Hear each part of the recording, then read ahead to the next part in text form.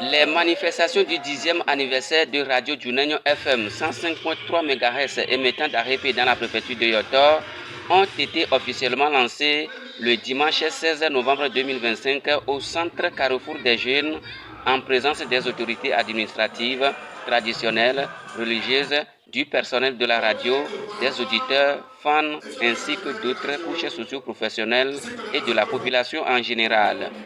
Le promoteur de la radio, l'honorable Kodio Dissenou, député à l'Assemblée nationale, parle du bilan des 10 années d'activité de son organe. Notre objectif, c'était d'abord de libérer la population de Yotor.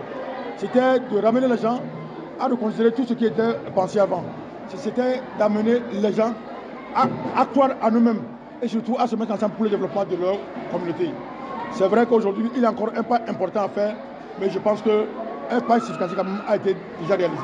Selon lui, d'autres ambitions futures sont en vue pour la bonne marche des activités à la radio. Notre ambition, c'est de rendre la radio Juninho accessible à la population de Yotor, de Zio, de Vaud, pratiquement des régions maritimes et des plateaux, et au-delà aussi permettre à la diaspora de nous recevoir 24 heures sur 24. Présent au lancement, Prosper Ndanou, un des cadres de Yotor, a relevé des comportements négatifs de certains filles et fils de Yotor qui ralentissent le développement de la préfecture.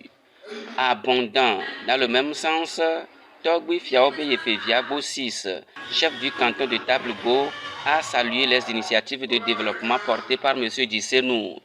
Il l'a encouragé et invité à faire plus, à ne pas prendre en compte les rumeurs et commérages.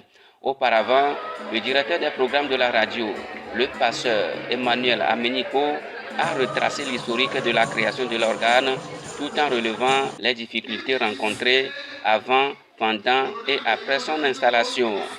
Le président du comité d'organisation, Maufemo Aticho Alaska, a remercié tous ceux qui ont pris part au lancement officiel et sollicité leur présence pour les autres activités à venir durant 3 mois. Il s'agit entre autres des jeux radiophoniques, courses marathon, tournois de football, soirées des acteurs de développement, concours Miss mathématiques et sciences physiques, compétitions de chorale et de groupes musicaux, établissement du certificat de nationalité à 150 jeunes, dont 90 filles des classes de terminale dans 15 lycées de la préfecture. Les activités prendront fin le samedi 14 février 2026.